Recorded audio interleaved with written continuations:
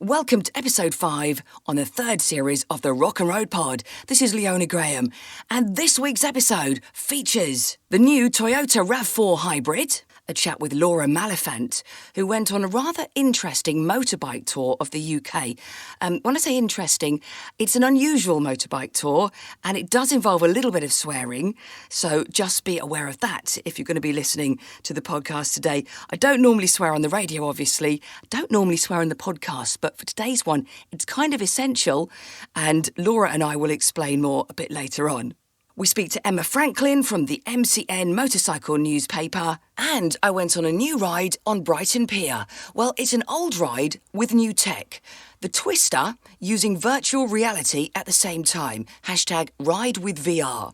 And I spoke to Brendan Walker, who invented it. But first, the car review.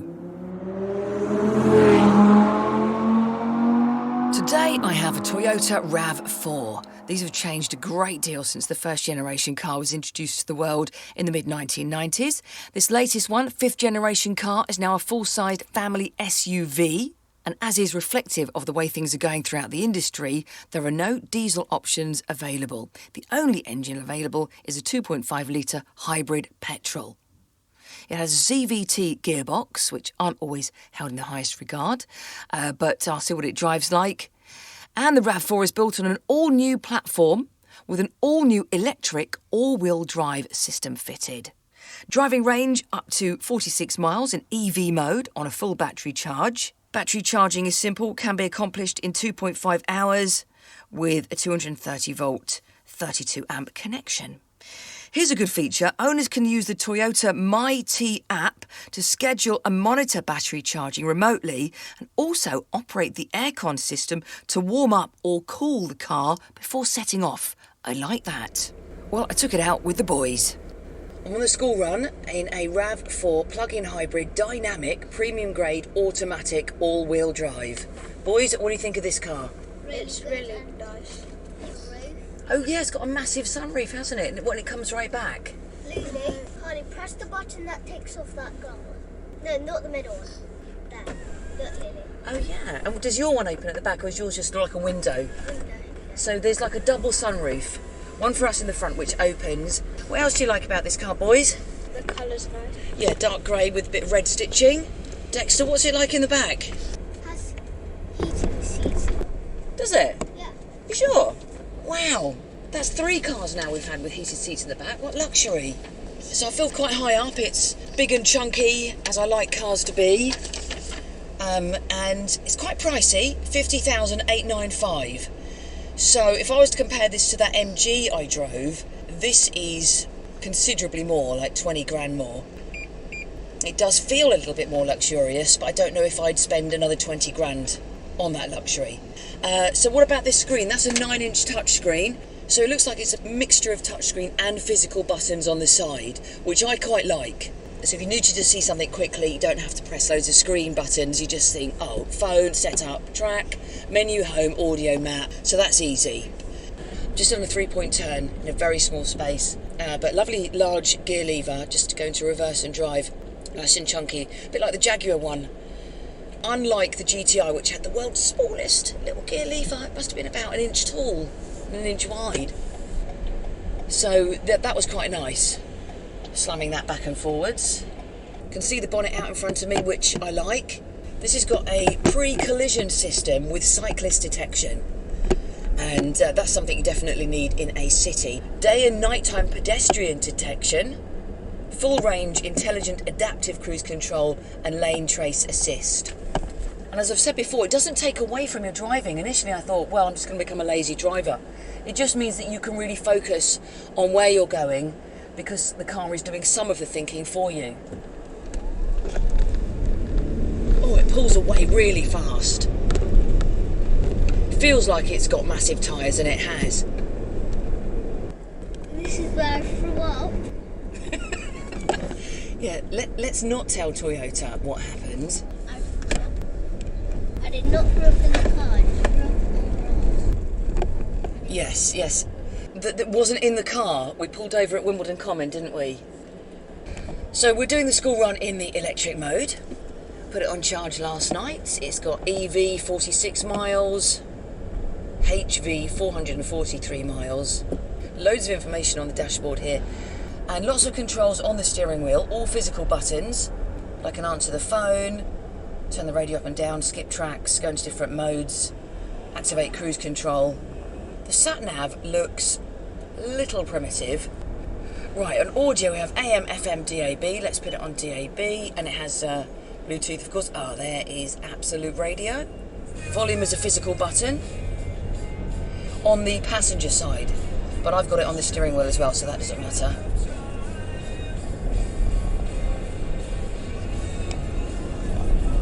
We're listening to Dave Berry and Matt Dyson. Waking you up every morning, it says.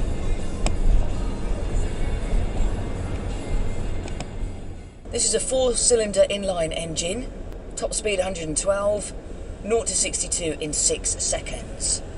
I've had faster cars, but that's pretty decent. Insurance group 35E. This is big and chunky. You could trail a caravan on this, and in fact it's got trailer sway control. JBL premium sound system, 9 speakers, head-up display. Oh, this has got a head-up display. The HUD, as I now know it's called. Well, I didn't actually know, I don't know how, but I didn't notice the head-up display because it's not quite so in your face as other ones. A little bit lower and not quite as bright. I like it. Now that I know it's there, it's actually fantastic. So I can see that I'm doing 19 miles an hour. It's telling me I'm in a 20 zone. Oh no, that's a dead end. Not that road. Oh, this is the best thing of all. The head-up display has got a compass. I used to buy a compass from Halfords in all my cars when I was younger, when I first started driving, because there was no sat-nav and you had to map read.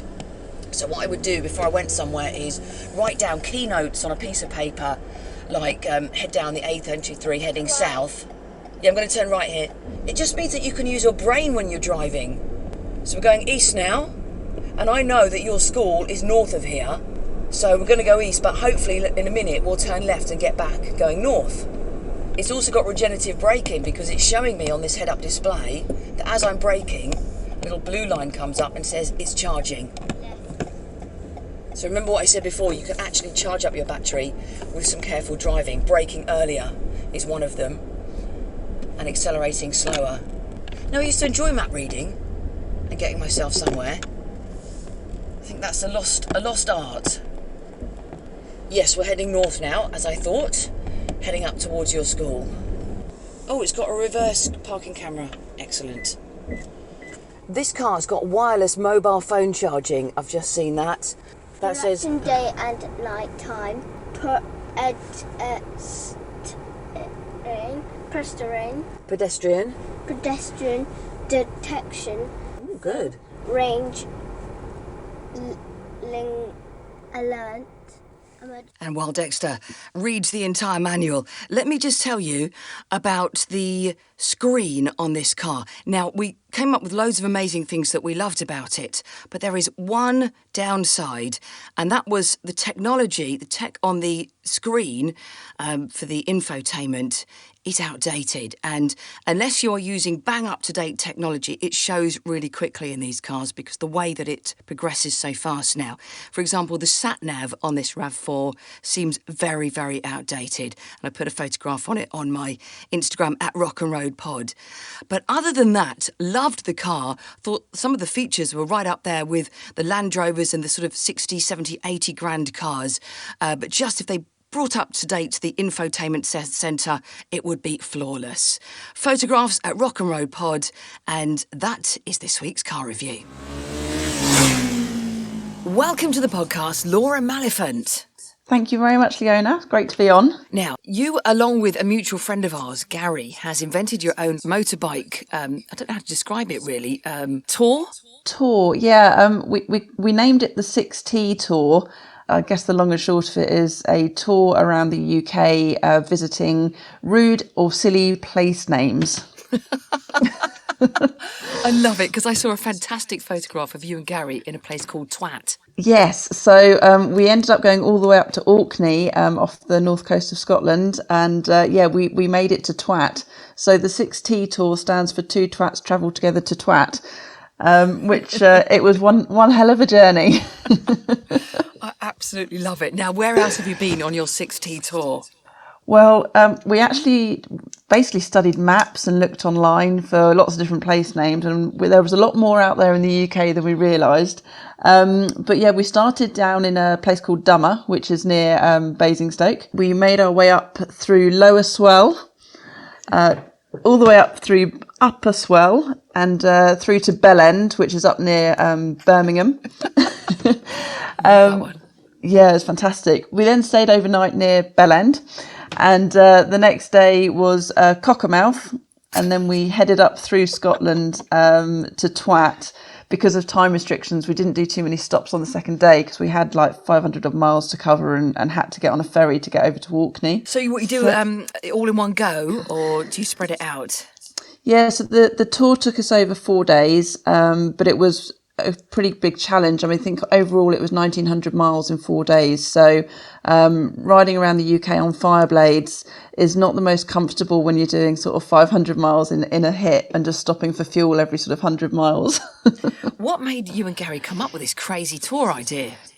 Well, to be honest with you, I've been working from home all through lockdown, obviously with COVID. And so I've been staring at the same four walls day in, day out for probably 18 months. And when we heard that there was a chance of being able to escape the four walls, Gary is my best friend, and I couldn't think of anyone better to go on a crazy tour with. And I thought, what else could we do? So yeah, it kind of suited us down to the sort of ground, really, on doing a stupid tour. Will you take this tour into Europe in the future? I think it's something we'd like to do. That we've been inundated with suggestions of places that we could go to.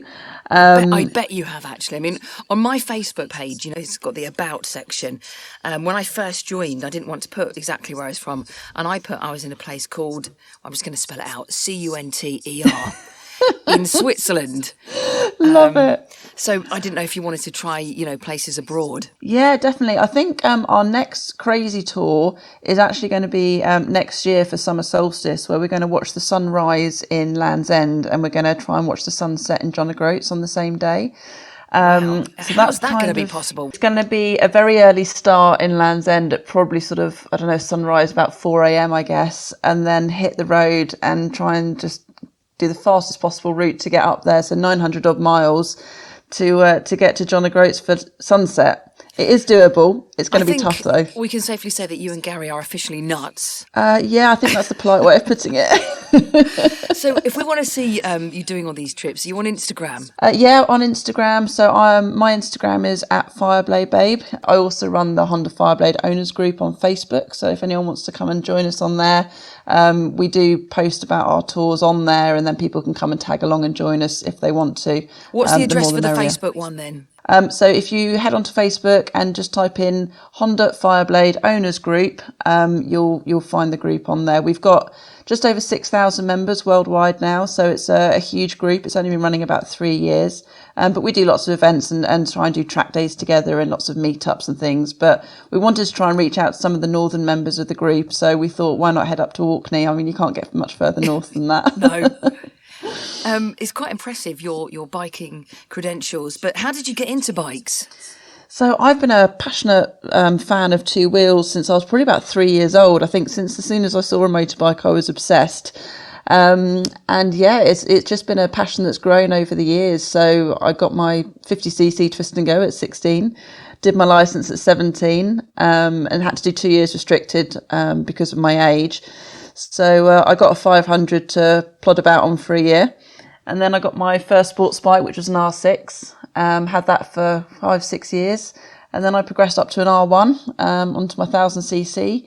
And now I've had my Fireblade for coming up to 11 years now. Wow, that's quite a history. And do you work with motorbikes as well? Is that your job? So yeah, I'm lucky enough to be able to live and breathe and work everything two wheels. So I work for a company called Dirt Bike Bits, who are like an online e-commerce site, and we do everything for motocross trials, enduro. We also do things for mountain bikes and for the roadside as well. So we kind of do everything that's needed for kit, accessories, that kind of thing for all the biking needs out there. And before that, you were with Honda? Yeah, so I worked for Honda UK at their main head office in Bracknell. I was lucky enough to work there for 3 years. working in their sort of marketing and content teams. So got some incredible opportunities, got to go to the Isle of Man TT, work behind the scenes at sort of Motorcycle Live, Goodwood Festival of Speed, all these sorts of things. And it's just been an amazing journey. So my career has got me into marketing for Dirt Bike Bits now. That's absolutely awesome, Laura. Well, I think the best picture is of you next to the sign saying twat, which I will put on my Instagram at Rock and Road Pod, and I'll put on some more as well at Rock and Road Pod. But Laura, thank you so much for joining us on the podcast. No, thank you so much for having me. It's been fantastic, and I shall keep you updated on our next crazy adventure. Please do. Couple of albums out this week. It's very light on the ground for new albums at the moment, but Gary Kemp from Spandau Ballet's released his second solo album called In Solo. Tina Turner has issued a remaster of an 80s album called Foreign Affair as well. Meanwhile, I got a message here from Gary on the Rock and Road Pod Instagram direct message. Leona, what have you been up to and what are your plans for the summer? And can you tell us on the podcast, because I love listening to it each week, each fortnight to be precise. I'd like to go weekly, but we will do eventually. Now, for the summer holidays, well, it's starting this week because the kids are breaking up today. So we're going to head down to Brighton for a long weekend. We're going to go to Drusilla's Park on Monday. Next week, we're going to go and see The Lion King at the theatre. We are going to Nottingham Castle because we're going up to Nottingham to get our eldest daughter, Jessica. So I thought I'd tie that in with another day out. Talking of Jessica, she's enjoying the new Freedom Day. And in fact, last night went clubbing, but had to leave at 1 a.m. because it was too hot. I'm amazed there is no aircon in these nightclubs. But those are sort of some of the rough plans. So we're doing a bit of a trip to Brighton, Nottingham. Also going to Devon and Cornwall for a few days because we're taking our other daughter, Rachel, down to Newquay for some kind of festival that she's going to.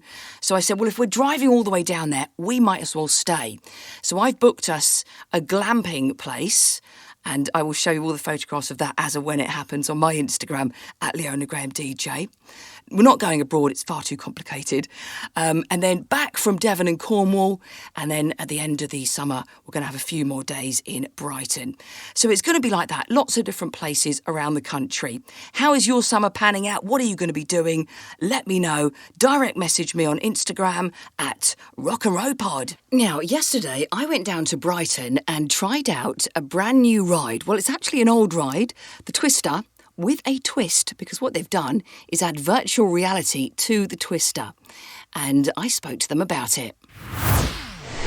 I'm with Brendan Walker from the Ride with VR, who is part of the design team, is that right? I am the original designer of pretty much most of it, actually. Okay, you're the main man. Yes, yeah. I don't like to say, but I also wash the coffee cups as well.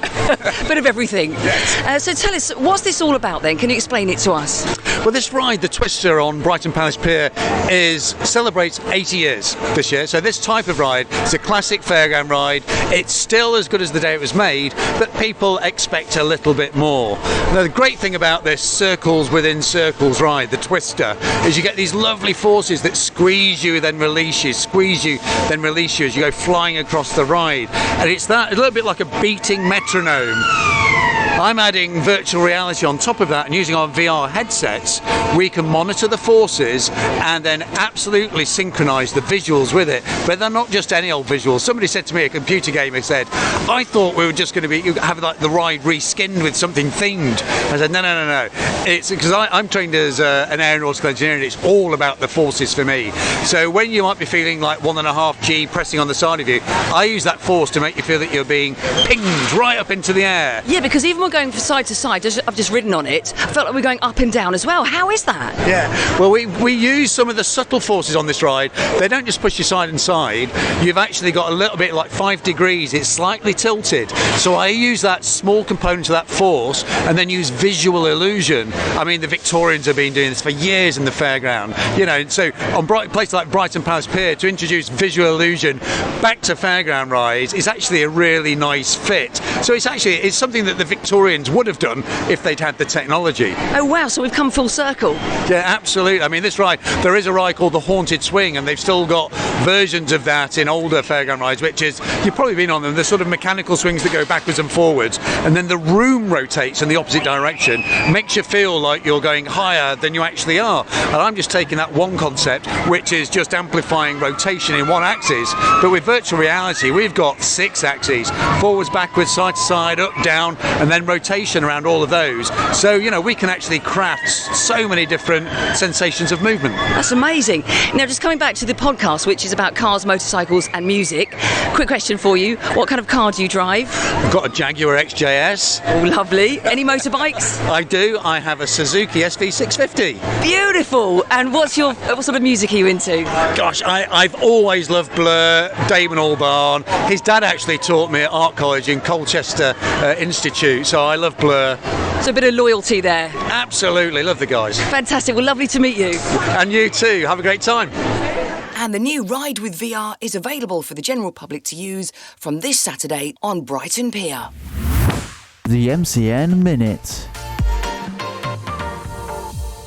Welcome to the podcast, Emma Franklin, Deputy Editor of MCN Motorcycle News, the weekly paper. Hi Emma, how are you? I'm really well. How are you? Yeah, good, thank you. Coping in the heat? Not really, no. I'm not really cut out for hot weather. And, you know, it's sort of like I've got a Fireblade and I went on it on Friday and it's Fireblade by name, Fireblade by nature, and it kicks out some heat and you just end up roasting and sweating and it's not good. Yeah, I remember doing that last summer. We had a heat wave. No, I think it was the first year I had the motorbike, actually, and just sat in the traffic with the heat pumping out at me. I couldn't bear it. Yeah, it's hot. It's hot. But my current bike, the Honda DCT, doesn't seem to throw out the same heat. I think the engine's in a different position. Oh, that's good. Yeah. So you can go do more miles in more comfort in hot weather. So I'm still using mine at the moment. But, you know, we're not British if we're not moaning about the heat. Exactly, yeah. We're never happy, are we? No, never of course happy. we're not. Now, what's going on in the paper this week? Oh, right. So we've got a bit of a huge and landmark issue for you this week because for the first time in MCN's 66-year history, we've got a special pull-out supplement especially for women. Oh, wow. Okay. Yeah. So it's a bit of a seminal moment in the paper's history, really. So we've got a whole 32 pages inside the main issue, and it's packed full of advice, tips and inspiration from top female experts within the motorcycling industry. So we've got things like a hands-on guide for solving the 4 most common breakdowns from Jenny Tinmouth. We've got a whole summer riding kit showcase from Daisy Bell, who's the owner of a women's kit specialist called Lady Biker. And we've got trainers such as Louise Hodgkinson, she's from the KTM Adventure Bike Rally School, and Laura Smith of Women Only Bike Training, who are changing the face of how training is delivered to women. So that sounds interesting. Yeah, it's really, really good stuff. Yeah, it's been quite an eye-opening journey putting it all together, because I realised that everyone's got their own unique sort of journey into motorcycling, and even though we're all different, we're all the same as bikers. But it's just sort of, this supplement's just about celebrating the women bikers that are out there already, and just sort of making them more visible, and also just inspiring the next generation of women to come into biking, so that we've got a future all together as motorcyclists. That is awesome. So the paper is out today. It's MCN and a massive women motorbiking supplement. Yes. Is there anything else that we need to look out for in this week's MCN? Oh, yeah, OK. So inside the main issue of MCN itself, we've got big news about Triumph's shock new bike range. And I'm not allowed to tell you about it right now, so you'll have to make sure you go and pick up a coffee, because it is something that I didn't expect Triumph to do. So, yeah. Go and find out what Triumph are up to. What's the mystery here? Why can't you tell us? Can't tell you because it's under embargo at the moment. So we've told Triumph that we won't talk about it until their embargo's lifted. So by the time the paper comes out, it'll all be out there. Oh, I love the bit of that's what we do in radio. It's what we call a tease. Oh, okay. You've left us with a tease there to make us go and get the paper. I like it. Well, yeah. So if you want to go get it from your newsagents, go and get it, or subscribe at greatmagazines.co.uk. Emma from MCN Motorcycle News, thank you. Thank you very much. The MCN Minute. That's it from the podcast this week. Coming soon, a chat with Brian May, talking about what car he drives. I've got my full Honda E review, including speaking to the people who made the Honda E and why it's got all of the cool features and how they came about. And I'll be trying, by request, a Suzuki Hayabusa. That's all coming soon at Rock and Road Pod. Thank you for listening.